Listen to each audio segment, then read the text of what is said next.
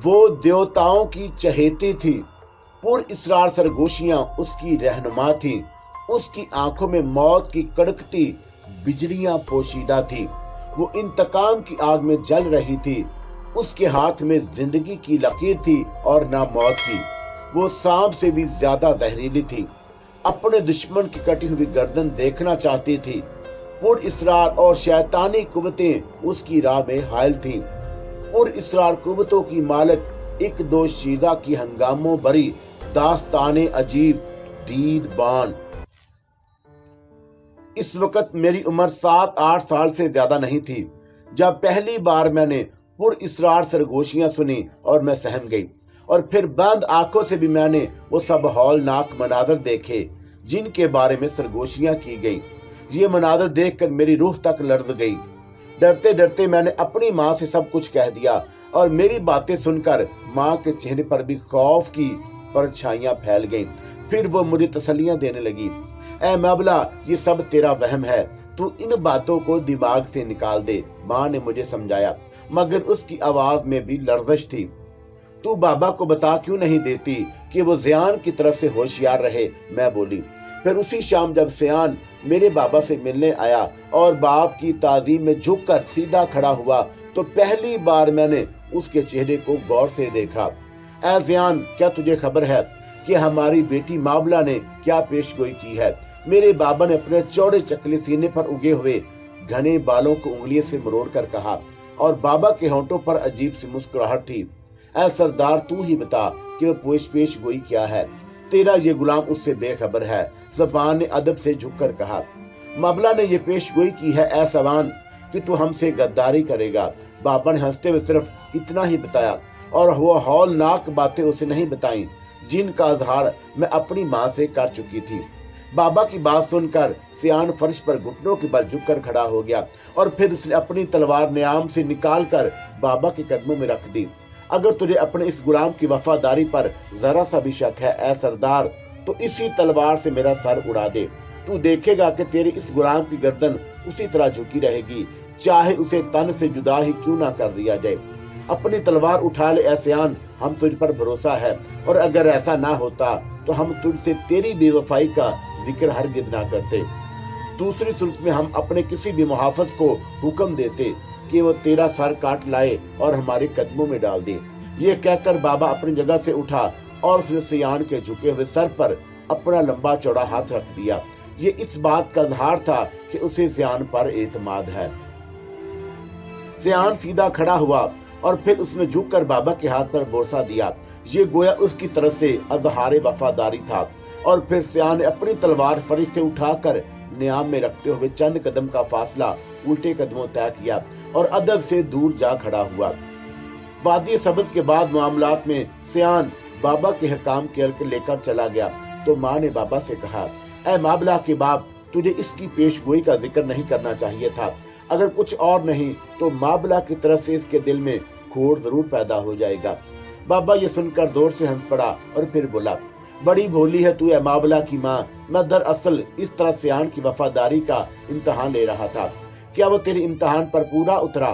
ہاں، کیا تو نے دیکھا نہیں کہ اس نے اپنی تلوار میرے قدموں میں رکھ دی تھی اور سر جھکا کر کھڑا ہو گیا؟ بابا کے لہجے سے تفاخر کا اظہار ہو رہا تھا۔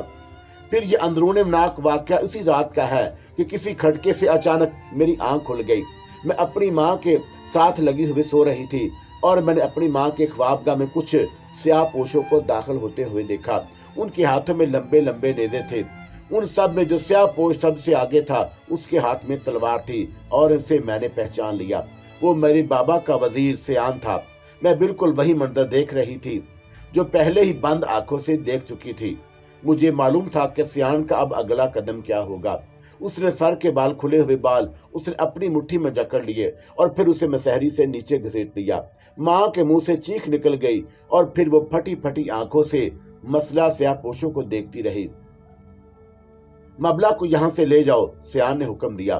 مابلہ کو میرے گھر پہنچا دو اور اس کی ماں تمہارا حرام ہے، تم سب کا حصہ اس عورت کو خود اسی کی خواب میں گاہ میں بے آبرو کرو، مگر اس قدر کہ یہ مر نہ جائے اور اس قدر کہ کل صبح یہ اپنے پیروں پر کھڑے ہونے کے قابل نہ رہے، چاہے تو تم اسے इस तरह बांध लो कि ये मज़ाहमत करने के काबिल ना रहे। और सुनो, तुम आपस में अपनी बारी के लिए लड़ोगे नहीं। दो स्याहपोशों ने सियान का हुक्म सुनते ही मेरे दोनों बाजू अपनी गिरफ्त में ले लिए और मुझे वहां से तकरीबन घसीटते हुए ले जाने लगे। मेरे जिस्म में जैसे जान ही नहीं रही और सदमे की वजह से मेरी कुव्वते गोयाई सल्ब हो गई। सियान का बड़ा सा घर हमारी महल नुमा हवेली के ज़ैर साया ही था। बार बार रात का सन्नाटा मेरी माँ की करबनाक चीखों से मजरूह होता रहा। मुझे उसकी उम्र में आबरू या बेआबरोई का मतलब तो मालूम नहीं था, मगर इतना एहसास जरूर था कि यकीनन मेरी माँ पर जुल्म किया जा रहा था। मैं उसी लिए रात भर ना सो सकी और मैं अपने दिल में लड़ रही थी कि बंद आंखों से मैंने जो कुछ मजीद देखा था वो पूरा ना हो। मुझे जो सरगोशियां सुनाई दी थी, काश वो सच ना हो। सुबह होते ही मुझे उसके कमरे से बाहर निकाला गया जिसमें रात को बंद कर दिया गया था। फिर मुझे उसकी जगह ले जाया गया जहाँ एक बड़े से कमरे में सियान एक ऊंची मस्तंद पर बैठा था। ऐ माबला, झुक जा अजीम सियान के सामने, शायद खुश होकर वह तेरी जान बख्श दे। मुझे साथ लाने वाले में से एक ने मुझे मुखातब किया। नहीं खौफ के बावजूद नामालूम कैसे खुद ब खुद मेरे मुंह से निकल गया, ये मेरे बाबा का गुलाम है और मैं आका आजादी हूँ। मैं आका आजादी हूँ। आका कभी गुलामों के आगे नहीं झुकते। उस पर सियान बड़े जोर से हंस पड़ा और बोला, आका आजादी? हाँ, कभी तू आका आजादी थी, मगर अब तो हमारी लौंडी है। उसे इसकी माँ के पास ले जाओ और उसका हशर दिखाओ। मैंने उसकी माँ के बारे में जो हुक्म दिया है उस पर अमल करो। और खुद इसके बारे में तेरा क्या हुक्म है ऐसा अजीम सरदार? मुझे लेकर आने वालों में से एक ने पूछा। इसे आसान मौत नहीं मारा जाएगा, इसे हमारे लिए पाला जाएगा। जब ये जवान हो जाएगी तो इसे अपनी बीवी बनाएंगे और फिर जब इससे हमारा जी भर जाएगा तो हम इसका भी वही हशर करेंगे जो हशर इसकी माँ का हो रहा है और होने वाला है। हम उसकी भरपूर जवानी का सबको हिस्सा देंगे। और फिर सियान ने अपनी बात अधूरी छोड़ दी। और फिर तुम्हें खबर ही है कि इसके बाद क्या होगा। ये कहते ही सियान ने दाएं हाथ का मखसूस इशारा किया। चलो ए मैबला, एक शख्स ने मेरा बाजू पकड़कर मुझे घसीटा। सुभान, सियान मेरी किस्मत का फैसला सुना चुका था, मगर मुझे अपने जिंदा बच जाने की कोई खुशी नहीं थी। वो पुर इसरार सरगोशियां जो मैंने सुनी थी, उनके मुताबिक मेरा बाबा सियान की कैद में था। अभी उसे कत्ल नहीं किया गया। मैं सोच रही थी कि काश गुज़श्ता रोज बाबा ने मेरी पेशगोई पर यकीन कर लिया होता, उसे गद्दार सियान पर भरोसा ना किया होता। मैं यही सब कुछ सोचती हुई दोनों मुहाफिजों के साथ चलती रही।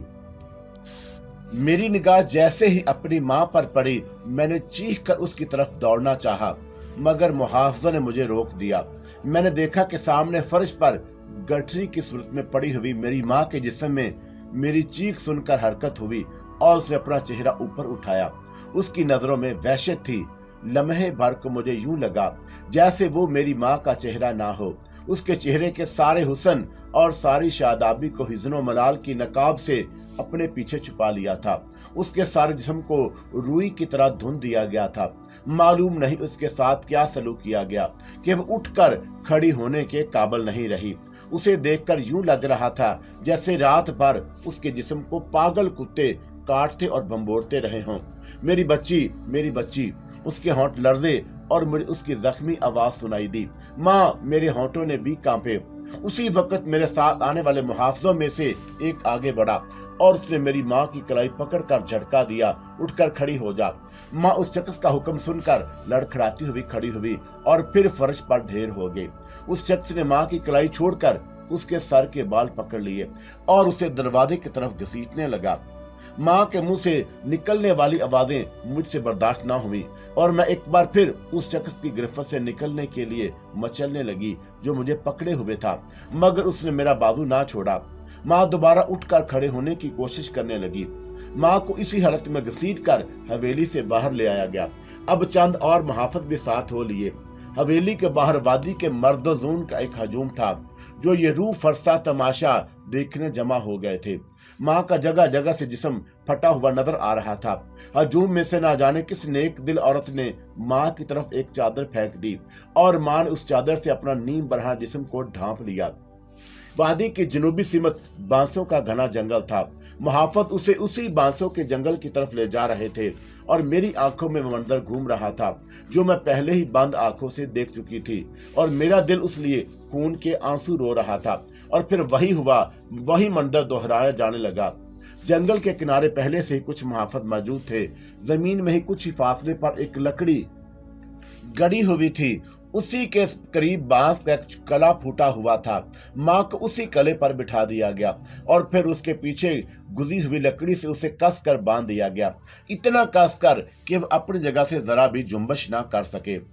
बांस 24 घंटे के अंदर बढ़कर तकरीबन 8-10 फुट बुलंद हो जाता है। बांस के नोकीले कले पर मेरी माँ को बिठाकर बांधा जा चुका था और मैं उसका मकसद अच्छी तरह समझ चुकी थी। मेरी माँ को एक इंतहाई अजियतनाक मौत के हवाले कर दिया गया। माँ की वो अलविदाई नजरें मैं कभी नहीं भूल सकती, जब मैं उसे आखिरी बार जिंदा देखकर लौट रही थी। सारे दिन ये कोशिश की जाती रही कि मैं कुछ खा लूं, क्योंकि सयान मुझे जिंदा रखने का हुक्म दे चुका था। जब वो किसी तरह कामयाब ना हुए तो उन्होंने मुझ पर सख्ती शुरू कर दी और मजबूरन मुझे खाना जहर मार करना ही पड़ा। तमाम दिन भूखे रहने की वजह से मुझ पर नकाहसी तारी हो गई। खाना खाकर मेरे हवास पर गशी सी तारी हो गई और फिर मैं जाने कब गहरी नींद सो गई। दूसरे रोज सुबह ही सुबह मुझे जगा दिया गया। जगाने वाली सयान की खादमाएं थी। उन्होंने मुझे नहलाया, मेरे बाल संवारे, नए कपड़े पहनाए और फिर दुल्हन की तरह मेरा सिंगार करने लगी। मैं हैरान थी कि यह सब क्या हो रहा है। मेरे पूछने पर मुझे एक खादमा ने बताया कि खुश नसीब है तू ए मावला, आज तुझे वादी सबज के नए सरदार सयान की बीवी बना दिया जाएगा। नहीं, वह सरदार नहीं, मेरे बाबा का गुलाम है और मैं उसकी बीवी नहीं बनूंगी। मैंने गुस्से के आलम में चीख कर कहा, वो तो तुझे बनना ही पड़ेगा, क्यों कि अब तेरा बाबा वादी सबज का सरदार नहीं रहा और तू देखेगी कि आज उसकी गर्दन पर दहकता हुआ तवा रख दिया। नहीं, मैंने चीख कर उस खादमा की बात काट दी और फिर मुझे याद आया कि गुज़श्ता रोज सयान ने कुछ और कहा था और फिर यही बात मेरी जुबान पर आ गई। हाँ, पहले उसका इरादा यही था कि वो तुझे जवान होने के बाद अपनी बीवी बनाता, मगर अब उसने अपना इरादा बदल दिया। वो तेरे जवान होने का इंतजार नहीं करना चाहता। कुछ पुजारियों ने सरदार सयान को ये मशवरा दिया है कि तुझे आज ही अपनी बीवी बना ले तो ये नेक शगुन होगा। महापुजारी ने इससे इख्तलाफ किया था, मगर सरदार सयान ने उसकी एक ना सुनी और उसे आज ही रसूम की अदायगी का हुक्म दे दिया। महापुजारी तुझे लेने आता ही होगा। तू अब तक इस वक्त तक महापुजारी के पनाह में रहेगी जब तक सरदार सयान के साथ तेरी रस्में पूरी नहीं हो जाती। फिर महापुजारी तुझे सरदार सयान के हवाले कर देगा। एक खादमा तफसील के साथ मुझे सारी बात बताई।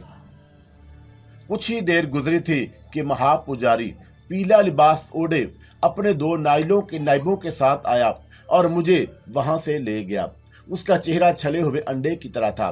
सर पर एक बाल भी नहीं था, ना चेहरे पर, यहाँ तक कि उसके भुवें भी मुंदी हुई थीं। यही हाल उसके नाइबों का था। महापुजारी मेरे लिए अजनबी नहीं था। मैंने उसे पहले भी कई बार देखा। वो मेरे बाबा के पास आता जाता रहा। मुहाफ़िज़ों की निस्बत महापुजारी का रवैया मेरे साथ नरम और मुशफ़क़ाना था। वो मुझे अपनी इबादत गाह में ले आया और अपने साथ नाश्ता करवाया और फिर दिन निकल आया तो मुझे अपने साथ बांसों के जंगल की तरफ ले गया। ये वही जगह थी जहां मैं गुज़श्ता रोज़ भी आ चुकी थी। यहीं मेरी माँ को बांधकर बांस के नोकीले कले पर बिठाया गया था। वहां मेरी आंखों ने बड़ा रूह फर्जा सा मंजर देखा। बांस मेरी माँ के जिस्म को छीलता हुआ उसके सर की हड्डी फोड़कर बाहर निकल गया था। माँ का चेहरा मुझे इंतहाई भयानक नजर आ रहा था। महापुजारी के हुक्म पर वहां मौजूद मुहाफ़िज़ों ने मेरी माँ के मुर्दा जिस्म को रस्सियों से की गिरफ्त से आजाद किया और फिर उस बांस को माँ के जिस्म से निकालने की बजाय बांस को नीचे से काट दिया गया। माँ के जिस्म को मुहाफ़िज़ों ने एक बड़ी सी चादर में डाला और फिर चादर के चारों कोनों को बांध दिया। उसके बाद वो लकड़ी जमीन से उखाड़ ली जिससे माँ को बांधा गया था। मैं ये सारा मंजर हवास बाख्तगी के आलम में देख रही थी। मुहाफ़िज़ों ने चादर के कोने के नीचे से वो लकड़ी गुजारी और फिर वो मुहाफ़िज़ों के आगे पीछे उस लड़की को अपने कंधों पर रख लिया। महापुजारी आगे आगे था और मुहाफ़िज़ मेरी माँ को लाश को उठाए पीछे पीछे चल रहे थे।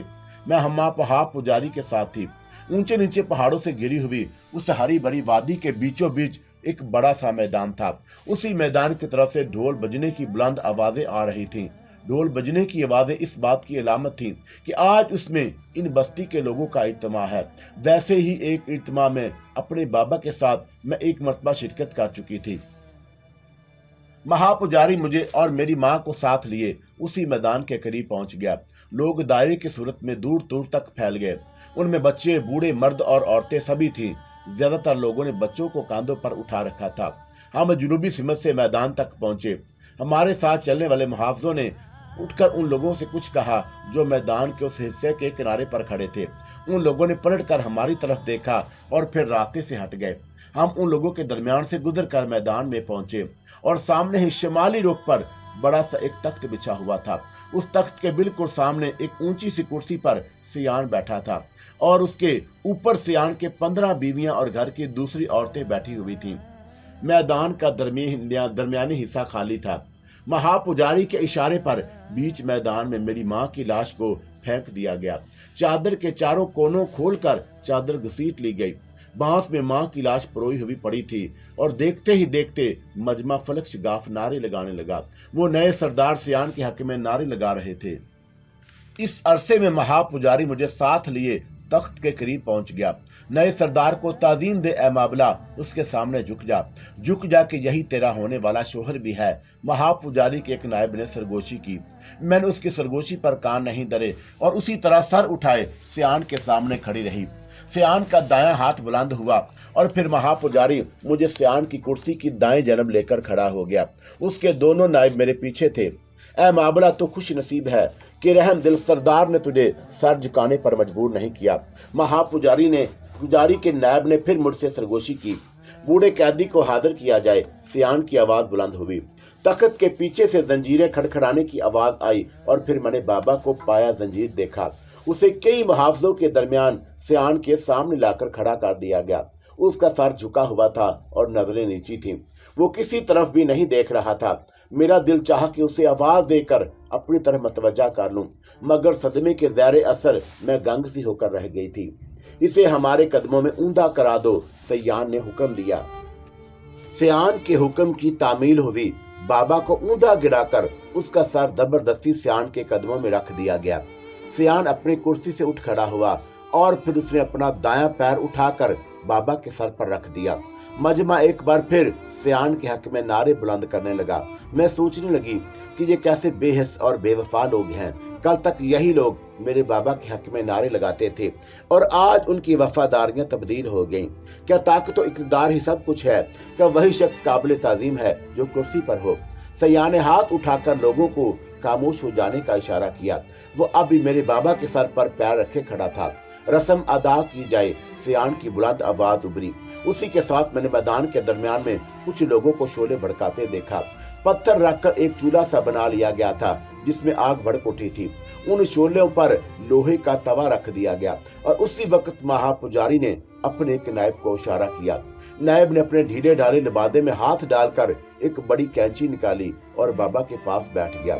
मेरे बाबा के सर पर बड़े बड़े बाल थे जो उसके शानों पर बिखरे हुए थे। महापुजारी के नायब ने उन बालों को कैंची से काटना शुरू किया। जरा सी देर में बाबा की गद्दी साफ हो गई और गर्दन का पिछला हिस्सा साफ नजर आने लगा। महापुजारी ने मुझे अपने दूसरे नायब के हवाले किया और फिर वो आगे बढ़ा। मैं जैसे देखा हुआ एक भयानक ख्वाब दोबारा जागती आंखों से देख रही थी और मेरी तवक्का के मुताबिक महापुजारी ने अपने ढीली डाली पोशाक में हाथ डालकर एक डिबिया निकाली। डिबिया खोलकर उसमें से महापुजारी ने चुटकी भर एक सफूफ निकाला और झुककर वो चमकीला सफूफ मेरी बाबा के गर्दन के पिछले हिस्से पर मल दिया। उस काम से फारिग होकर महापुजारी फिर मेरे पास आ खड़ा हुआ। सियान ने अब मेरे बाबा के सर से पैर हटा लिया और कुर्सी पर बैठ गया। बाबा को जमीन से उठाकर खड़ा कर दिया गया। सर के बड़े बड़े बाल कट जाने की वजह से मुझे उसका चेहरा नामनूस और अजीब सा लग रहा था और उसका सर और निगाहें अब भी झुकी हुई थीं। उसे उसकी बीवी का आखिरी दीदार करा दो, सियान की आवाज फिर उभरी। मुहाफिज मेरे बाबा को लेकर मैदान के दरमियान उस जगह पहुंच गए जहां की माँ की लाश बांस में परोई हुई पड़ी थी। मैंने बाबा को झुकते हुए देखा। उसने माँ की पेशानी को बोसा दिया और फिर सीधा खड़ा हो गया। उसके दोनों हाथ सूरज की तरफ बुलंद हुए। मालूम नहीं वो होंठों ही होंठों में क्या कह रहा था। मैंने सोचा शायद वो आखिरी दुआ मांग रहा है। आखिरी रस्म अदा की जाए, सियाह ने बुलंद आवाज में हुक्म दिया। और फिर मैंने देखा कि एक जानब से स्याह लिबास पहने हुए एक शख्स नमूदार हुआ। उसके हाथ में बड़ा सा बर्छा था जिसका दिल मोटा, धार तेज और चमकीली थी। धूप में वो बर्छा चमक रहा था। गट्ठे होने जिस्म वाला वो शख्स मेरे बाबा के पीछे बर्छा लेकर खड़ा हो गया। करीब ही चूल्हे पर रखा हुआ तवा दहक कर सुर्ख हो गया था। उस तवे को दो मुहाफिज दो बड़े चिमटों से पकड़े हुए थे। बर्छा वाले शख्स की नजरें सयान की तरफ थीं।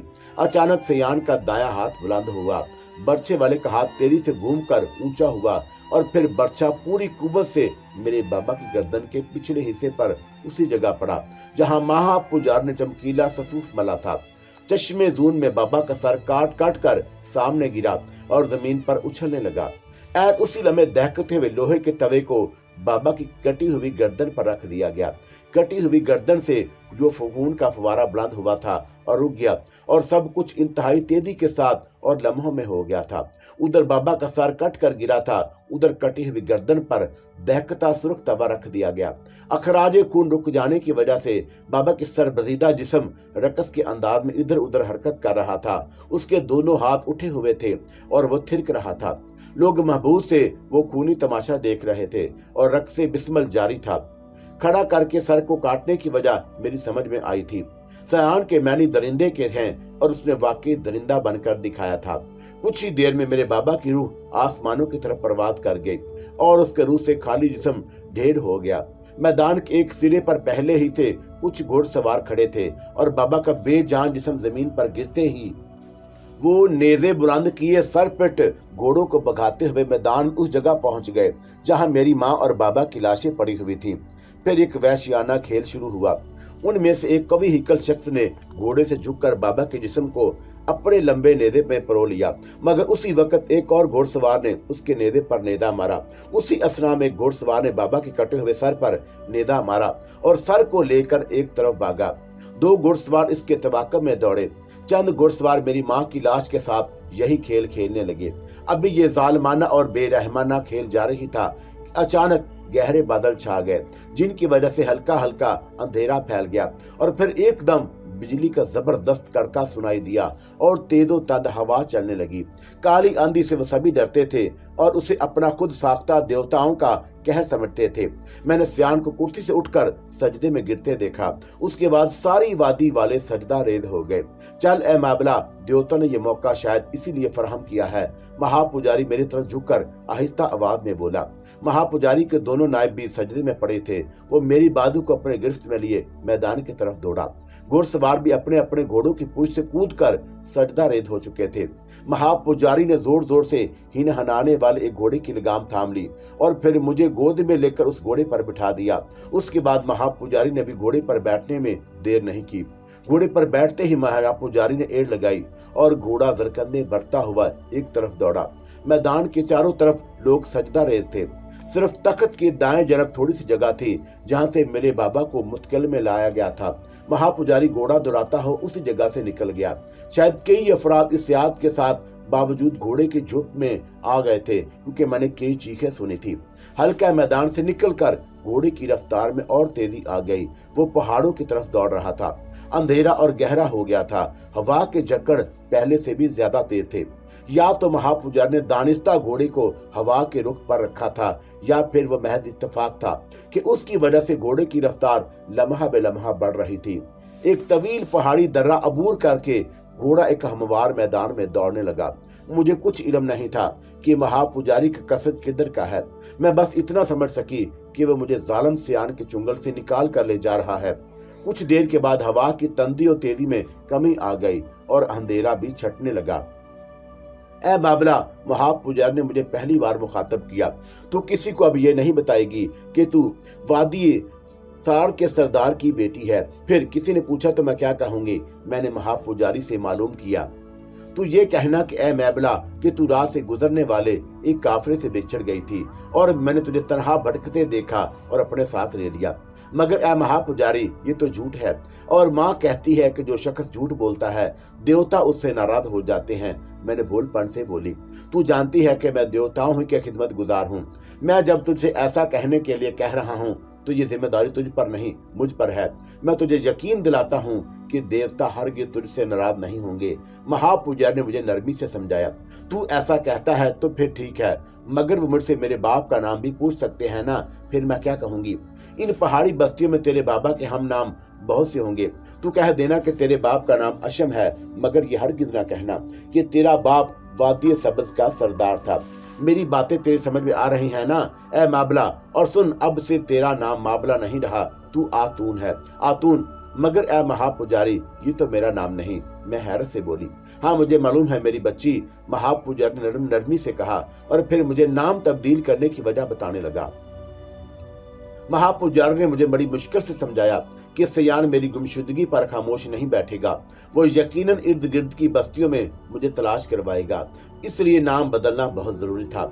नाम ही के साथ महापुजारी मेरा हुलिया भी बदल देना चाहता था, मगर ये उसी वक्त मुमकिन था जब वो उस मतलूबा पहाड़ी बस्ती में पहुंच जाता जहां उसे वक्ती तौर पर पनाह लेना थी।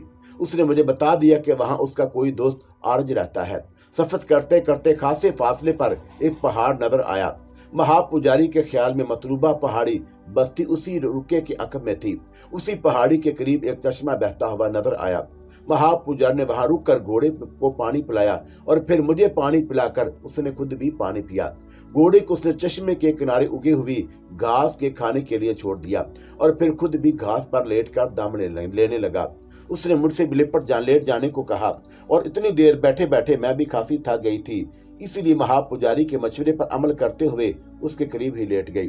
फिर महापुजारी को जाने क्या ख्याल आया कि वो अचानक उठकर बैठ गया और बड़बड़ाया, ये तो मैं भूल ही गया हूँ। और फिर उसने मुझसे भी उठने को कहा और मेरे दाएं शाने को फराक हटाकर देखने लगा और फिर खुद कलामी के अंदाज में बड़बड़ाने लगा, इस तरह तो ये फौरन पहचान ली जाएगी, ये तो खतरे की बात है।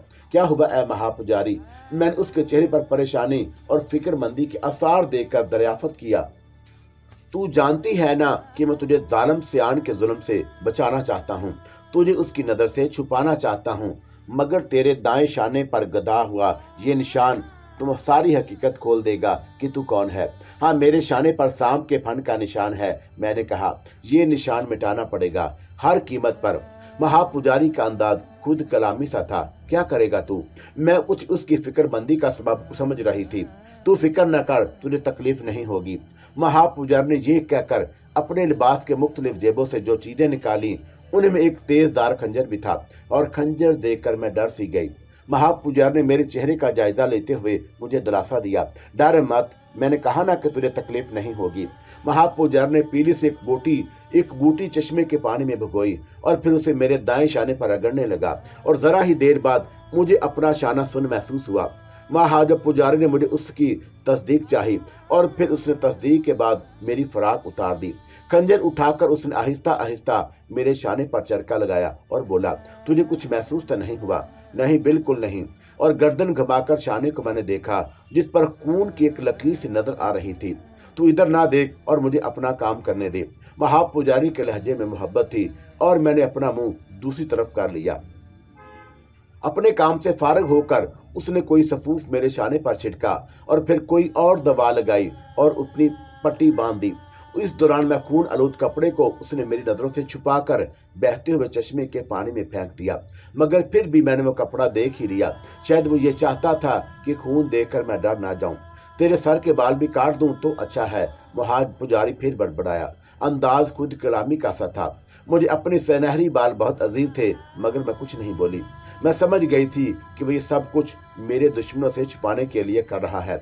हम वहां से चलने ही वाले थे कि अचानक फिजा घोड़ों की टापों से गूंज उठी। 2-4 घुड़सवार थे जिन्होंने हमें घेर लिया था। ऐ पुजारी, तू उस लड़की को कहां से लेकर आया है और इसे कहां ले जा रहा है? एक घुड़सवार ने महापुजारी से सवाल किया। यकीनन वो घुड़सवार इसका हुलिया देखकर समझ गया होगा कि वह पुजारी है और मेरे जिस्म पर मौजूद जेवरात और कपड़ों से उन्होंने यही अंदाजा लगाया होगा कि मैं लड़की कौन हूँ।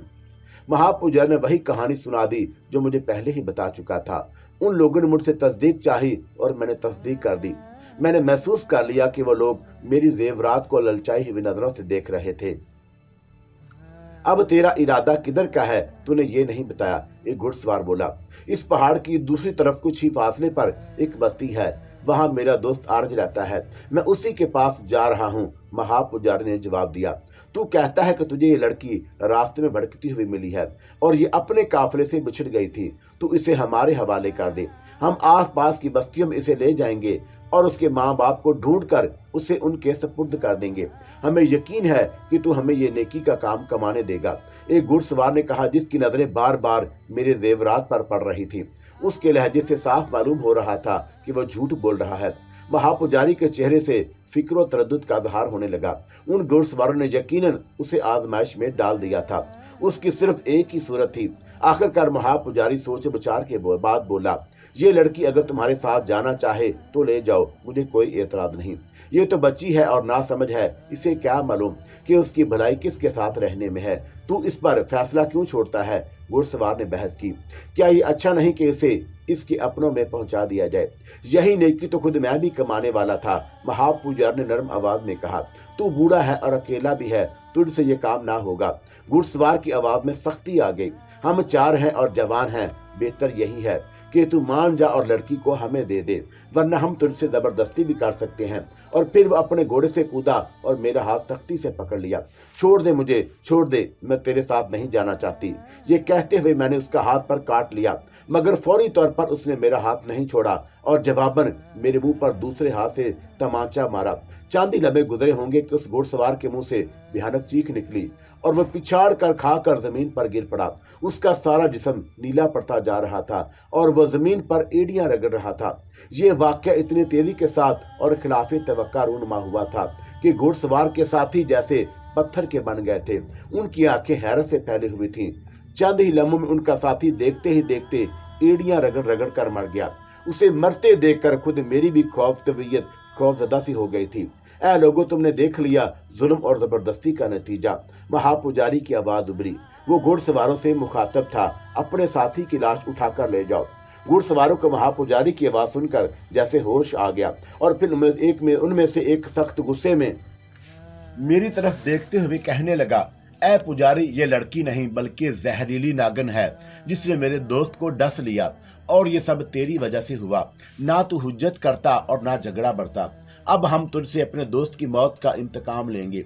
ये कहते ही उसने अपनी तलवार न्याम से निकाली और उसके बकिया 2 साथियों ने भी ऐसा ही किया। तुम लोग फिर जुल्म पर कमर बांध रहे हो, इसका अंजाम अच्छा नहीं होगा। महापुजारी हाथ उठाकर बोला। उन्होंने महापुजारी की एक ना सुनी और अपने अपने घोड़ों से कूदकर तलवारें बुलंद किए महापुजारी की तरफ लपके। और फिर मैंने देखा कि उनमें से जो आगे था वो अपना सीना पकड़े चीखता हुआ गिर पड़ा। महापुजारी ने अपने जेब में हाथ डालकर इंतहाई सूरत के साथ खंजर निकाला था और फिर आगे आने वाले के सीना छीन दिया था। ऐसे मौके पर अमूमन बच्चे सहम कर अलग खड़े हो जाते हैं और मैं भी बच्ची ही थी, मगर कोई जैसे मुझसे कह रहा था कि मुझे महापुजारी की मदद करना चाहिए। वो शख्स जो मेरे काटने से मर गया था करीब ही पड़ा हुआ था और मैंने उसकी कमर से बंधी हुई तलवार खींच ली। महापुजारी पर हमला करने वाले के चेहरे मेरी तरफ नहीं थे और मैंने उनमें से एक के पहलू में तलवार की नोक घसेड़ दी। उसी वक्त उसके साथी ने महापुजारी पर तलवार का वार किया। महापुजारी उछलकर एक तरफ हो गया और अपने जिस्म का तवाज़ुन बरकरार न रखते हुए गिर गया। वहीं एक नोकीला पत्थर पड़ा था। महापुजारी ने पत्थर ताक कर तलवार वाले के सर पर मारा। तलवार वाला तिवरा कर जमीन पर आ रहा। महापुजारी के जिस्म बूढ़ा होने के बावजूद कासी फुर्ती थी, वो उछल कर खड़ा हो गया। जिस शख्स के सर पर पत्थर पड़ा था वो अब संभल कर उठने की कोशिश कर रहा था। महापुजारी ने मेरे हाथ से खून आलू तलवार झपट ली और उठने की कोशिश करने वाले के सर पर पहुंच गया। मुझे जिंदगी बख्श दे ऐ पुजारी, वो शख्स गड़गड़ाने लगा और महापुजारी को देवताओं के वास्ते देने लगा।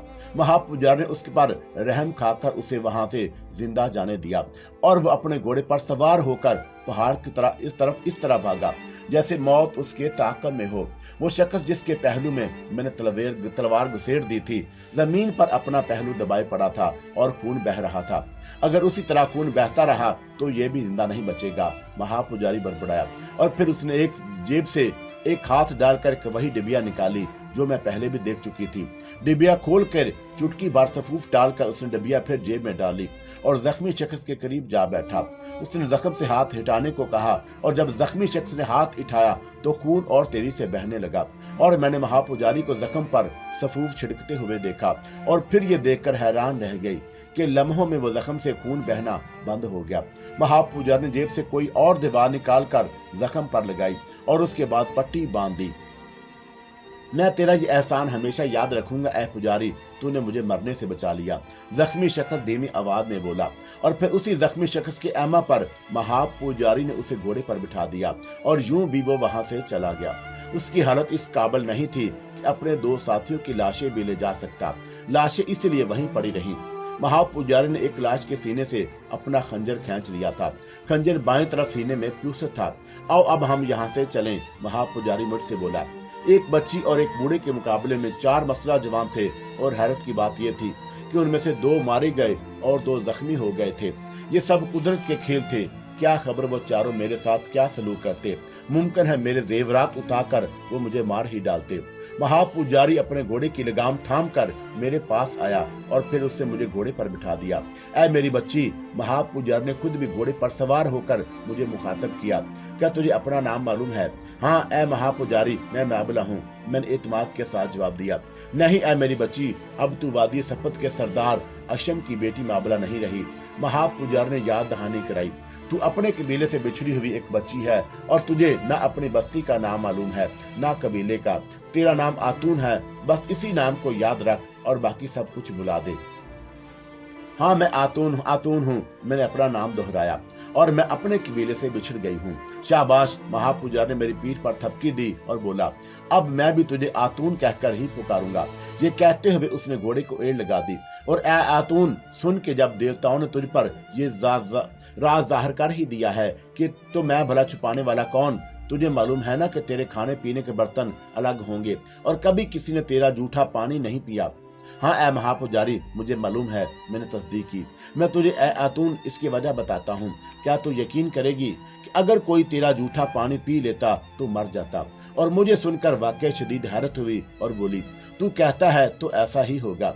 ये मैं तुझे इसलिए बता रहा हूँ मेरी बच्ची कि तू अपनी आइंदा जिंदगी में वक्त पड़ने पर अपनी हिफाजत कर सके। ये रात अब तक सिर्फ 2 सीनों तक महफूज था और अब इसे मैं तेरे सीने में मुंतकिल कर रहा हूँ। उसमें मेरे एक वादी सबज का सरदार आशम यानी तेरा बाप था और दूसरा मैं हूँ। क्या खबर कब मैं तुझसे जुदा हो जाऊं। इसलिए सुन के दुनिया खतरनाक है। खतरनाक जहर तुझे हलाक नहीं कर सकता। और मगर ऐसा क्यों है पुजारी? मैंने उसकी बात काट कर पूछा। जिस दिन तू पैदा हुई थी उसी दिन से तेरी हिफाजत के खातर तुझे थोड़ी थोड़ी मकदार में जहर दिया जाने लगा। जब तू 2 साल की हुई और तेरी अपनी माँ का दूध पीना छोड़ दिया तो जहर की मकदार रफ्ता रफ्ता बढ़ाई जाने लगी। 5 साल के होते होते तू इस कदर जहरीली हो चुकी थी कि अगर कोई तेरी जूठा पानी भी पी लेता तो जिंदा ना बचे। और फिर तुझे जहर खिलाना बंद कर दिया गया और अब इसकी जरूरत नहीं रही। सो तूने खुद अपनी आंखों से देख लिया कि जिस शख्स को तूने काटा था चंद ही लम्हों में मर गया। दुश्मन के खिलाफ ये तेरे पास एक हथियार है। कोई जहरीला सांप भी अगर तुझे डस ले तो जिंदा ना बचे। मैं हैरत से महापुजारी की बातें सुनती रही। उसने जो कुछ कहा था वो खुद मेरे तजर्बे में आ चुका था, इसलिए यकीन ना करने की कोई वजह नहीं थी। हम पहाड़ के करीब पहुंचने वाले थे कि अकब से चीखने चिल्लाने की तेज आवाजें आई और मैंने पलट कर देखा। वो 8-10 घुड़सवार थे जो चीख चीख कर रुक जाने को कह रहे थे। महापुजारी ने अपने घोड़े को और तेजी से दौड़ाना शुरू कर दिया और मैंने घोड़े की पिसलियों पर उसके घुटनों का वादा दबाव महसूस किया। सामने ही कुछ फासले पर एक दर्रा दिखाई दे रहा था। हमारे घोड़े का रुख उसी तरफ था। मुझे यकीन नहीं था कि मरदूद श्याम इधर भी हमारी तलाश में अपने सवारों को भेज देगा, वरना मैं रास्ते में रुककर हरगिज़ आराम ना करता। महापुजारी खुद गुलामी में मुब्तला था। उससे कम से कम ये फायदा जरूर हुआ कि मुझे भी खतरे को नौइयत का इल्म हो गया था। महापुजारी से वाकई गलती हो गई थी। वो अजनबी लोगों को मेरा हुलिया और नाम बदल कर धोखा दे सकता था, मगर वादिय सबज में तो हर शख्स चेहरे से मुझे पहचानता था। उन लोगों को धोखा देना मुमकिन नहीं था। घोड़ा दौड़ाता हुआ महापुजारी पहाड़ी दर्रे में दाखिल हो चुका था। कुछ ही फासले तय करने के बाद बाएं जानब एक पतली सी दरार नजर आई और महापुजारी ने घोड़े की लगामें खींच ली और वो दरार इतनी तंग बहरहाल नहीं थी कि उसमें घोड़ा दाखिल ना हो सकता। कुदरत हमारे साथ हमारा साथ दे रही थी। वो दरार आगे जाकर दाएं तरफ मुड़ गई और अब अगर कोई दर्रे में इस दरार के सामने रुक कर देखता तो हम उसे नजर ना आते। मालूम नहीं क्या सोचकर महापुजारी ने घोड़ा रोक लिया। हालांकि आगे रास्ता मौजूद था और वो दरार आगे कुछ और चौड़ी होती चली गई थी। दरार में नीम तारीकी थी। महापुजारी ने अपने होंठों पर उंगली रखकर मुझे खामोश रहने का इशारा किया और मैंने इकरार में सर हिला दिया। लगता था जैसे वो कुछ सुनने की कोशिश कर रहा है। कुछ देर और हुई और के दूर कहीं धमक से सुनाई दी जो बेतदरीज करीब होती गई और फिर यही धमक जरा वादे होकर घोड़ों की टापों में तब्दील हो गई। मैं समझ गई कि दुश्मन दर्रे में दाखिल होने के बाद उसी दरार के करीब होता जा रहा है जिसके अंदर हम दाखिल हुए हैं। मेरा दिल जोर जोर से धड़कने लगा। मैं सोचने लगी कि अगर उन्हें शक हो गया कि हम दरार में छुपे हुए हैं तो क्या होगा, और मेरे सारे अंदेशे और वसवसे गलत साबित हुए। घोड़ों की टापों की आवाजें करीब आकर दूर होती चली गईं और फिर बिल्कुल मादूम हो गई। खतरा टल गया था। दुश्मन इस दरार पर तवज्जो नहीं दी। हमें अभी कुछ देर यहीं रुकना पड़ेगा ऐ मेरी बच्ची, महापुजारी ने मुझे मुखातब किया और फिर उससे पहले कि मैं उसे वहीं रुके रहने की वजह पूछती वो खुद ही बोला, जब तक वो लोग यानी हमारे दुश्मन बस्ती में हमारी तलाश के बाद नाकाम होकर ना लौट जाएं, हमारा बस्ती में दाखिल होना खतरनाक होगा। वो उसी रास्ते से वापस जाएंगे और हमें घोड़ों की टापें सुनकर अंदाजा हो जाएगा कि दुश्मन वापस चले गए और मेरे अंदाजे के मुताबिक वापसी में उन्हें ज्यादा देर नहीं होगी क्योंकि उसी पहाड़ी के दामन में वो बस्ती आबाद है। दर्रे से कुछ ही फासले पर वो बस्ती है जहाँ खुद हमें भी पहुंचना है और जहाँ मेरा दोस्त आर्ज रहता है और हम उसके पास पहुंचकर महफूज हो जाएंगे। मैं फिर भी कुछ ना बोली और घोड़े ही पर उसके साथ बैठी रही क्योंकि पूरे तौर पर अभी खतरा टला नहीं था और हमारा दुश्मन करीब ही मौजूद था और जब तक हमें उसकी वापसी का यकीन ना हो जाता हम मुतमईन नहीं हो सकते थे। इन त्योहार के वो लम्हे मुझे बहुत तवील महसूस हुए मगर आखिरकार वक्त को गुजरना ही था और वक्त गुजर गया और हमने दर्रे के अंदर दुश्मन के घोड़ों की टापें सुनी जो पहले करीब आई और फिर दूर हो गई। महापुजारी ने तवील सांस लिया। वो दरार इस कदर चौड़ी बहरहाल नहीं थी कि घोड़ों को वापसी के लिए मोड़ा जा सकता। मजबूरन हम उसी में आगे बढ़ते रहे और आगे जाकर वो खासी चौड़ी हो गई।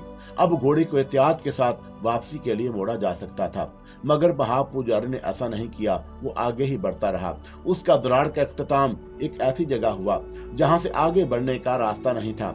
वहां खला था। महापुजारी ने घोड़े की बागें खींच ली और नीचे उतर गया। मुझे उसने घोड़े पर ही बैठा रहने दिया। मुझे सामने दूर तक एक खुला मैदान नजर आ रहा था। वो मैदान खासा नीचे था। यहाँ से नीचे जाना मुमकिन नहीं। हम कदरे बुलंदी पर हैं। फिर ये कि हमारे साथ घोड़ा भी है। हमें वापस उसी तरफ चलना पड़ेगा जहाँ से इस दरार में दाखिल हुए थे, महापुजारी ने बताया और फिर घोड़े को मोड़ने लगा। हर जगह चांद के तंग थी मगर वो घोड़ा मोड़ने में कामयाब हो गया। वापसी का सफर शुरू हुआ और हम कुछ ही देर के बाद दरार से निकलकर दर्रे में पहुंच गए। अब महापुजारी ने घोड़े को तेजी से दौड़ाना शुरू कर दिया और जल्द ही हम दर्रे से निकल आए और हमें दरख्तों के दरमियान छोटे बड़े झोंपड़े और कच्चे पक्के घर नजर आने लगे। महापुजारी के दोस्त आरज का घर बस्ती की मशरकी सीमा था। बस्ती में दाखिल होकर हम उसी तरफ जा रहे थे कि गली की मुखालिफ सीमत से कई घुड़सवार अचानक हमारे जानब आते हुए दिखाई दिए। रुक जाओ, उन्होंने दूर से ही कहा। महापुजारी ने घोड़ा रोक लिया और उन घुड़सवारों से करीब आकर हमें अपने घेरे में ले लिया। क्या तुम आरज के दोस्त हो और उसी के घर जा रहे हो? एक घुड़सवार ने महापुजारी से सवाल किया। महापुजारी घुड़सवार के इस सवाल पर चौंक उठा मगर उसे इकरार में जवाब देना ही पड़ा। अगर तुम वही हो तो फिर खुद को ज़ैर हिरासत समझो, घुड़सवार ने सख्त लहजे में कहा। मगर क्यों? तुम लोग हमें किस लिए और किस जुर्म में गिरफ्तार कर रहे हो? महापुजारी ने दरियाफ्त किया। इसलिए कि तुम दोनों हमारी बस्ती के दो नौजवानों के कातिल हो। बोलो कि तुमने उन्हें कत्ल नहीं किया? हाँ, मगर हम ऐसा ना करते तो वो हमें कत्ल कर देते। हम अपनी जिंदगी की बचाने की खातिर ये सफाई तुम हमारे सरदार आशिर के सामने पेश करना। घुड़सवार ने महापुजारी की बात काट दी। अब हम जिधर कहते हैं चलो। अगर तुमने भागने की कोशिश की ऐ पुजारी तो हम तुम्हारे साथ कोई रियायत नहीं करेंगे। ठीक है चलो। महापुजारी को मजबूरन उन घोड़ों सवारों की बात मानना ही पड़ी। वो घुड़सवार हमें अपने इलाके में लिए बस्ती की एक बुलंदो बाला इमारत के सामने पहुंच गए। उस इमारत को देखकर मुझे अपने महलनुमा हवेली याद आ गई। मैंने सोचा कि इस इमारत में बस्ती का सरदार ही रहता होगा, और फिर मेरा ख्याल दुरुस्त ही साबित हुआ। हवेली के बुलंद दरवाजे के सामने हमें घोड़े से उतार लिया गया। हमारा घोड़ा एक मुहाफिज ने अपने कब्जे में ले लिया। तुम लोग यहीं ठहरो, मैं सरदार से हाजिरी की इजाजत लेकर आता हूँ। घनी मूंछों वाले एक मुहाफिज ने अपने साथियों से कहा।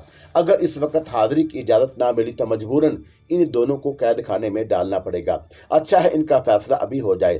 फिर वो हवेली के बुलंद दरवाजे में दाखिल हो गया। वहां पहरे पर जो मुहाफिज खड़े थे उन्होंने उसे नहीं रोका। महापुजारी के वहमो गुमान में भी शायद ये बात नहीं रही होगी कि बस्ती में दाखिल होते ही ये आफताब पड़ जाएगी। हमें 2 अफराद को कत्ल करने के जुर्म में गिरफ्तार कर लिया जाएगा। अगर महापुजारी को जरा सा भी ये शक हो जाता तो वो यकीनन इस बस्ती का रुख नहीं करता। बस्ती के 2 अफराद हमारे हाथों मारे गए थे। बस्ती वालों को इसका इल्म उन्हीं 2 आदमियों से हो सकता था जिन्हें महापुजारी ने रहम खाकर जिंदा छोड़ दिया था। उनमें से एक जख्मी शख्स की तो उसने मरहम पट्टी भी की थी। मुहाफिज की वापसी तक मेरे जहन में यही ख्यालात चकराते रहे। मुहाफिज ने हमें आकर बताया कि बस्ती का सरदार हमसे इसी वक्त मिलने पर आमादा हो गया है। हम मुहाफिजों के दरगे में हवेली के अंदर पहुंचे। एक बड़े से कमरे में मुस्तंद पर कवि हैकल सरदार बैठा हुआ था। महापुजारी सरदार का इशारा पाकर मेरा बाजू थामे आगे बढ़ा और उसने झुककर सरदार को ताजीम दी। ऐ पुजारी, तूने तो हमारी बस्ती के 2 आदमियों को क्यों मार दिया? सरदार ने भारी आवाज में महापुजारी से सवाल किया।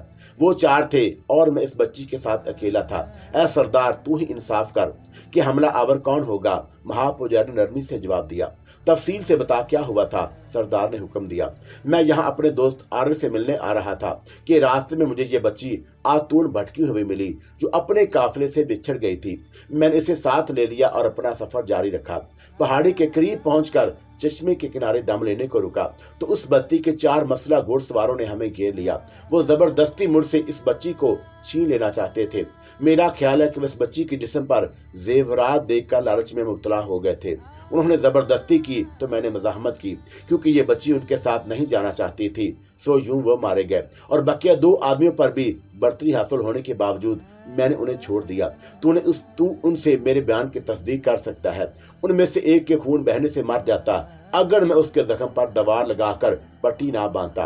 महापुजारी ने मुख्तसर अल्फाज में वाकया बयान कर दिया और मैंने महसूस किया कि उसने दानिस्ता इस वाक़े पर मेरा यह जिक्र नहीं किया था कि मरने वालों में से एक मेरे काटने के सबब मरा था। सरदार ने दोनों अफराद को पेश करने का हुक्म दिया तो मालूम हुआ कि वो कैद में थे। एक मुहाफिज अपने सरदार का हुक्म सुनकर वहां से चला गया। ऐ पुजारी, इस बच्ची के बारे में तेरा बयान ये है कि तुझे रास्ते में भटकती हुई मिली है, मगर हमें कुछ और ही सुना है। हमें मालूम हुआ है कि ये बच्ची वादी सबज के सरदार आशिम की बेटी है और तेरा तल्लक उसी की वादी से है। तो इस सरदार दादी को वहां से लेकर फरार हुआ है। अभी कुछ ही देर तो गुजरी है कि सरदार आशिम के भेजे हुए सिपाही यहाँ आए थे और उन्होंने हमें सरदार आशिम का जुबानी पैगाम दिया था। आशिम का पैगाम यह था कि वादी सबज का महापुजारी हमारी बेटी को अगवा करके फरार हो गया है। अगर वो तेरी बस्ती में आए तो उसे गिरफ्तार करके फौरन हमारे पास भेज दे। मैं सरदार आशिम की इज्जत करता हूँ और उसने पहली बार मेरी मदद की थी जब मेरे दुश्मन की बिल्ली ने मुझ पर हमला कर दिया था। मुझे लगता है कि ऐ पुजारी कि तूने जान बचाने के लिए झूठ बोला है और तू नहीं जानता कि हर सूरत में तेरी सजा मौत है, चाहे वह सब्ज का मफरूर हो या इस बस्ती के 2 अफराद को कत्ल करने का मुजरम। यह कहकर सरदार महापुजारी को घूरने लगा, यूं जैसे उसे सच उगलवाना चाहता हो। सियान की अय्यारी मुझ पर हैरत हुई। उसने मेरी बाजियाबी के सिलसिले में सच को छुपा लिया था। उस बस्ती का सर मेरे बाबा का ममनून एहसान है। ये बात यकीनन सियान को भी मालूम होगी, तभी उसने ये चाल चली थी। ऐ सरदार, मैं सच बोलने पर राजी हूँ, मगर इसके साथ मैं तुझसे एक इल्तिजा भी करना चाहता हूँ। तू वादी सबज के मोहतरम सरदार आशिम की बेटी माबला को अपने अमान में ले ले। महापुजारी बोल उठा। सरदार आशिम की बेटी माबला? सरदार हैरत से बोला, ये तू क्या कह रहा है? क्या तू होश में है और क्या नहीं जानता कि इस जुर्म की कितनी भयानक सजा है? क्या तुझे एतराज है कि तू वादी सबज का मफरूर महापुजारी है और सरदार आशिम की बेटी को वहां से लेकर फरार हुआ है? हाँ ऐ सरदार, मुझे एतराफ है, मगर तुझे धोखा देने की कोशिश की गई है। वादी सबज का वो मोहतरम सरदार आशिम کہ तू जिसकी इज्जत करता है अपने अय्यारो वजीर सयान के हाथों कत्ल किया जा चुका है। महापुजारी की वार में ये कहते हुए बड़ा दुख था, मगर कब और कैसे, सरदार ने हैरत ज़दा होकर पूछा। जवाब में महापुजारी ने वादी सबद में पेश आने वाले होलनाक वाक़े पर पूरी तफसील के साथ बयान कर दिए। ऐ महापुजारी, अगर तू सच्चा है तो फिर सरदारजादी के दाएं शाने पर सरदार की मोहर होना चाहिए। हमें सरदारजादी का शाना खोल कर दिखा। सरदार बोला, ऐ सरदार, जैसा कि मैं तुझसे बयान कर चुका हूँ, मुझे डर था कि सियान सरदारजादी को तलाश करने की कोशिश करेगा, सो मैंने उसके दाएं शाने पर मौजूद मोहर को खंजर से छील दिया और उसके सुनहरी बालों को काट कर उसका हुलिया बदल दिया, यहाँ तक कि इसकी जान बचाने के लिए इसका नाम तक माबला की बजाय आतून रख दिया है। मेरी इसकी सच की गवाही सरदार जादी का जख्मी शाना है और खुद सरदार दादी है। तू इसे तस्दीक कर सकता है। महापुजारी ये कहकर खामोश हो गया। सरदार के चेहरे पर तज़ब्ज़ुब के आसार नजर आने लगे और फिर वो जरा देर के बाद बोला, मुमकिन है कि तू अपने बचाव की खातिर पहले से ही इस बच्ची को डरा धमका लिया हो। तू जो कुछ भी कहे वो इसकी तस्दीक कर दे। तेरे बयान की सदाकत का इस वक्त इल्म हो सकता है जब हमारा कोई भेदी वादी सबद जाकर वहाँ के हालात मालूम करे और तेरे बयान की तस्दीक कर दे। इस बच्ची का बयान काफी नहीं है। इसी दौरान में वो दोनों अफराद वहाँ से लाए जा चुके हैं, जिनमें से एक पहलू में खुद मैंने तलवार घसीरी थी। सच बताओ कि ये बच्ची के जेवरात के लालच नहीं तुम्हें अंधा नहीं कर दिया था। सरदार ने उन दोनों को मुखातब किया। मुझे इस बात पर हैरत हुई कि उन दोनों ने इतराफ कर लिया और उसके साथ अपनी जान बख्शी पर महापुजारी के ममनून एहसान होने का जिक्र भी किया। हाँ, खोट हमारे ही दिलों में था। फिर मालूम हुआ कि अगर वो बस्ती में आकर असल वाकया बयान ना करते तो उन्हें उन्हीं के साथियों के हाथों कत्ल की सजाए मौत हो जाती। इस पर भी उन्हें कैद कर दिया गया था क्योंकि उनके बयान की तस्दीक नहीं हो पाई थी। ये उनकी खुशकिस्मती थी कि हम वहां पहुंच गए थे। महापुजारी ने अपनी जान बचाने की खातिर बस्ती के दो नौजवानों को कत्ल कर दिया और उसे अपनी जान बचाने का हक था। बस्ती का सरदार फैसला सुना रहा था, सो उसे बाइज्जत तौर पर इस इल्जाम से बरी किया जाता है, मगर क्योंकि उस पर एक सरदारजादी के अगवा का भी इल्जाम है, इसीलिए वो ज़ैर हिरासत रहेगा और इसी वक्त रहा किया जाएगा जब उसकी इल्जाम से बरी कर दिया जाए। मुश्तबा सरदारजादी इस वक्त तक हमारी हवेली में रहेगी जब तक महापुजारी के बयान की तस्दीक नहीं हो जाए। वो जिन्होंने लालच किया उन्हें 3 कोड़ों की सजा दी जाती है। वो तीनों अपने जुर्म का इतराफ कर चुके हैं। सरदार के हुक्म की तामील में महापुजारी को वहां से मुहाफिज ले गए और सदा याफ्ता दोनों अफराद को भी मुहाफिजों ने वहां से हटा दिया और फिर सरदार मुझे अपनी हवेली के एक खादमा के सुपुर्द कर दिया और खादमा ने मेरे बेतरतीब काटे हुए बालों को कैंची से दुरुस्त किया और मुझे नया लिबास पहनने को दिया। मैं जो जेवरात पहने हुए थी उसे उतार कर मुहाफिज खाने में जमा करा दिया गया। हवेली का एक कमरा मेरे बूदूबाश के लिए मखसूस कर दिया गया और एक खादमा मेरी खिदमत पर मामूर थी। हवेली के अंदर कहीं भी आने जाने पर कोई पाबंदी नहीं थी, मगर मुझे ये ताकीद कर दी गई कि हवेली से बाहर कदम ना रखूं। वादी सबद से फरार होने के बाद आखिरकार मुझे इस बस्ती में पनाह मिल गई थी। ये मेरी खुशकिस्मती ही थी कि इस बस्ती का सरदार मेरे बाबा का ममनून एहसान था, वरना क्या खबर क्या सूरत हाल पेश आती। मुझे यकीन था कि बहुत जल्द महापुजारी के बयान की तस्दीक हो जाएगी और उसे बाइज्जत तौर पर मेरे अगवा के इल्जाम से बरी कर दिया जाएगा। उसी रोज रात को बस्ती के सरदार ने मुझे अपनी खिलवत में बुलाया और शफ़क़त और मोहब्बत के साथ कुरीद कर मुझसे तमाम वाक़यात की तस्दीक चाही और मैं जब अपनी माँ और बाबा के कत्ल का वाक़या बयान किया तो बेइख्तियार मेरी आंखों से आंसू बहने लगे। सरदार ने मोहब्बत से मेरे सर पर हाथ रखा और तसल्ली दी। ऐ मेरे अजीज दोस्त सरदार आशम की बेटी माबला, तेरे साथ जो जुल्म हुआ है यकीन कर उस पर तेरे बाप का दोस्त खामोश नहीं बैठेगा। वादी सबज़ की तू वारिस है और मैं तुझे तेरे हक से महरूम नहीं होने दूंगा। सरदार के लहजे में सच की खुशबू थी और फिर सरदार ने मुझे मेरे कमरे में सोने के लिए भेज दिया। उसकी मोहब्बत और शफकत ने मुझे मुतासर किया था। दूसरे ही दिन सुबह महापुजारी को मेरे अगवा के इल्जाम से बरी कर दिया गया। हालांकि अभी सरदार का खोजी वादी सबद से लौट कर नहीं आया था। उसका सबब यही हो सकता था कि सरदार को मेरे बयान पर यकीन आ गया था। उस बस्ती में ही मजहबी रसूम की अदायगी के लिए एक पुजारी मौजूद था, जहां महापुजारी को उसी के हम पल्ला करार देकर इबादत गाह में भेज दिया गया। दोपहर होने तक खोजी भी लौट आया और उसने भी महापुजारी के बयान की तस्दीक कर दी। अभी मुझे और महापुजारी को उस बस्ती में सुकून और इत्मीनान के साथ रहते हुए चंद ही रोज गुजरे होंगे कि एक रात मुझे फिर पुरइसरार सरगोशियां सुनाई दी। कोई मुझसे सरगोशियों में कह रहा था कि ऐ माबला यहाँ से भाग जा, जहाँ खून बरसने वाला है। सियान को अपने मुखबर आरज के जरिए मालूम हो चुका है कि तू यहाँ इस बस्ती में है। तू वादी सबस की वारस है, इसलिए सियान तुझे खत्म कर देना चाहता है और यही मकसद हासिल करने की खातर वो कल रात इस बस्ती पर शब खून मारने वाला है। देख, तू खुद ही अपने बंदे आंखों से देख ले कि कल रात क्या होने वाला है। और फिर मैंने जो कुछ देखा वो बहुत हौलनाक था। मैंने बच्चों को नींदों पर उछाले जाते देखा। मर्द मुझे औरतों पर भूखे भेड़ियों की तरह टूटते हुए नजर आए। घरों से मुझे शोले बुलंद होते हुए दिखाई दिए और ये सब खुद अपनी आंखों से देखकर मैं दहशतज़दा हो गई। वो शायद खुद मेरी ही चीखों की आवाजें थीं जिनसे मेरी आंख खुल गई थी और मैंने आंख खुलते ही खौफजदा नजरों से कमरे का जायजा लिया।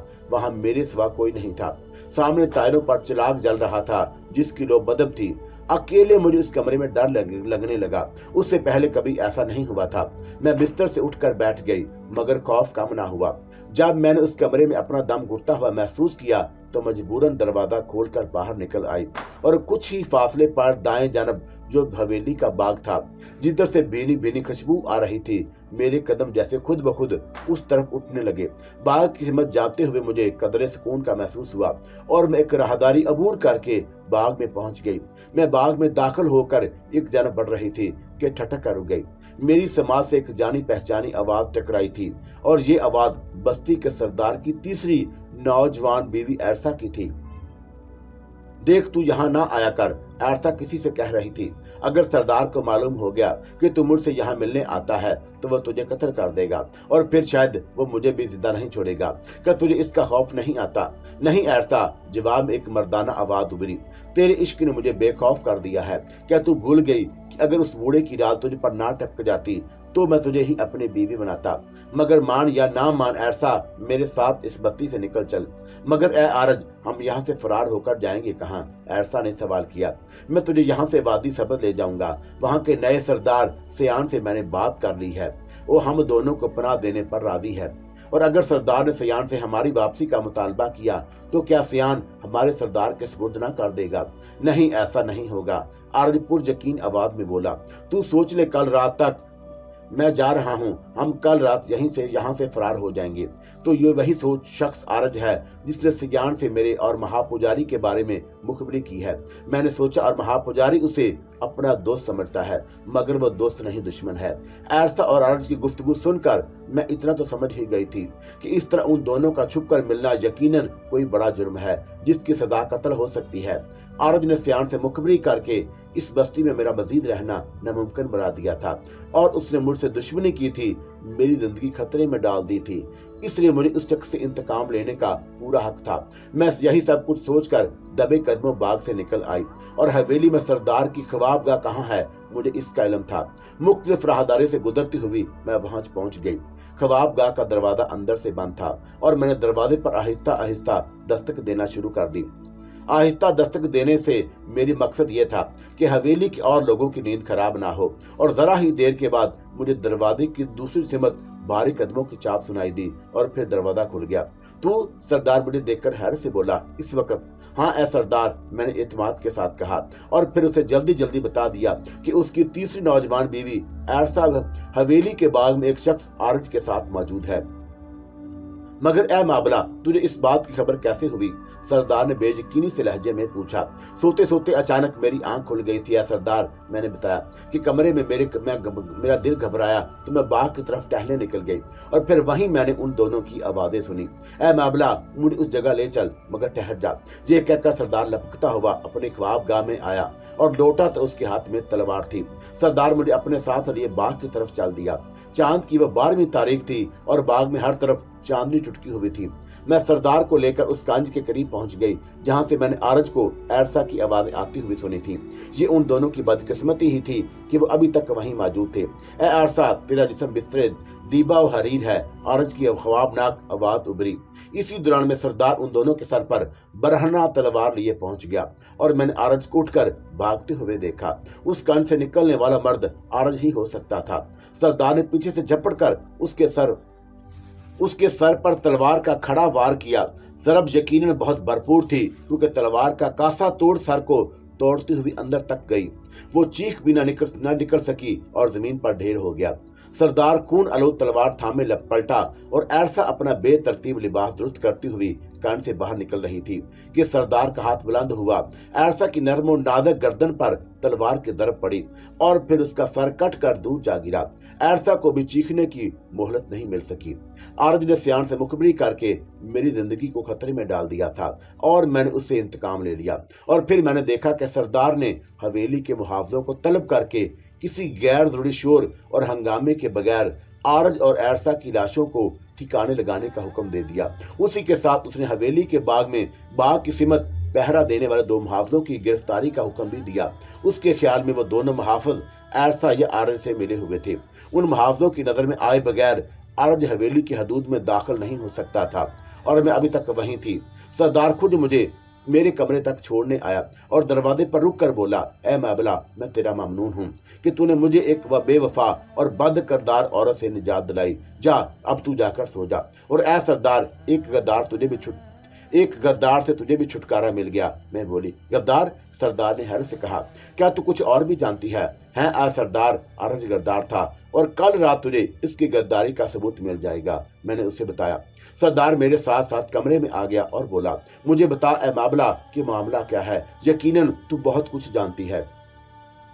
बहुत कुछ नहीं, मगर मुझे ये जरूर मालूम है। ए सरदार की आरज सियान का मुखबर था। उसी ने सियान को यह खबर पहुंचाई थी कि मैंने और महापुजारी ने तेरी बस्ती में पनाह ली है और हम तेरी पनाह में हैं। और सियान आने वाली रात को अपनी पूरी कुव्वत से इस बस्ती पर शब खून मारने वाला है। मैंने सरदार को खतरे से आगाह कर दिया। तूने यकीनन ये सारी बातें आरज ही की जुबानी सुनी होंगी। वो एरसा को ये सब कुछ बता रहा होगा। उसी के साथ उसे अपने साथ फरार की तरगीब दे रहा होगा। सरदार का लहजा तस्दीक तलब था और उसने खुद ही मेरी मालूमात के जरिए उसका अंदाजा लगा लिया था जो गलत था, मगर मैंने उसकी तरवीद नहीं की। मैं उसे पुरइसरार सरगोशियों के बारे में बताना नहीं चाहती थी। अगर बता भी देती तो वह शायद मेरे मकतूल बाबा की तरह इस बात पर यकीन ना करता। हाँ ए सरदार, आरज तेरी बीवी को फरार ही की तरगीब दे रहा था। मैंने उसके अंदाजे के जज्बी की तायीद कर दी जो गलत नहीं थी। यकीनन वह शब खून से पहले ही एरसा को लेकर बस्ती से निकल जाना चाहता होगा। सरदार खुद कलामी के अंदाज में बोला और फिर मुझसे कहा, तूने ए मामला मुझे आने वाले खतरे से आगाह करके बहुत अच्छा किया। यह कहकर उठ खड़ा हुआ और मैंने उसके चेहरे पर फिक्रमंदी के आसार देखे। उस वक्त रात को तो मैं सरदार की फिक्रमंदी का सबब ना जान सकी, मगर दूसरे दिन सुबह मुझे उसकी वजह मालूम हो गई। वादी सब्ज के मुकाबले में इस बस्ती की अफरादी कुव्वत बहुत कम थी और ये अहम बात मुझे उस पुजारी से मालूम हुई थी जिसे मैंने हवेली में एक खादम को भेजकर बुलवाया था। वो इस वक्त मेरे कमरे में था और कमरे का दरवाजा बंद था और मैंने उसे पुरइसरार सरगोशी और कुछ पेशगोइयों के बारे में सब कुछ बता दिया था। गुज़श्ता रात जो वाक़यात पेश आए थे वो भी मुख्तसरन मैंने महापुजारी के सामने बयान कर दिए।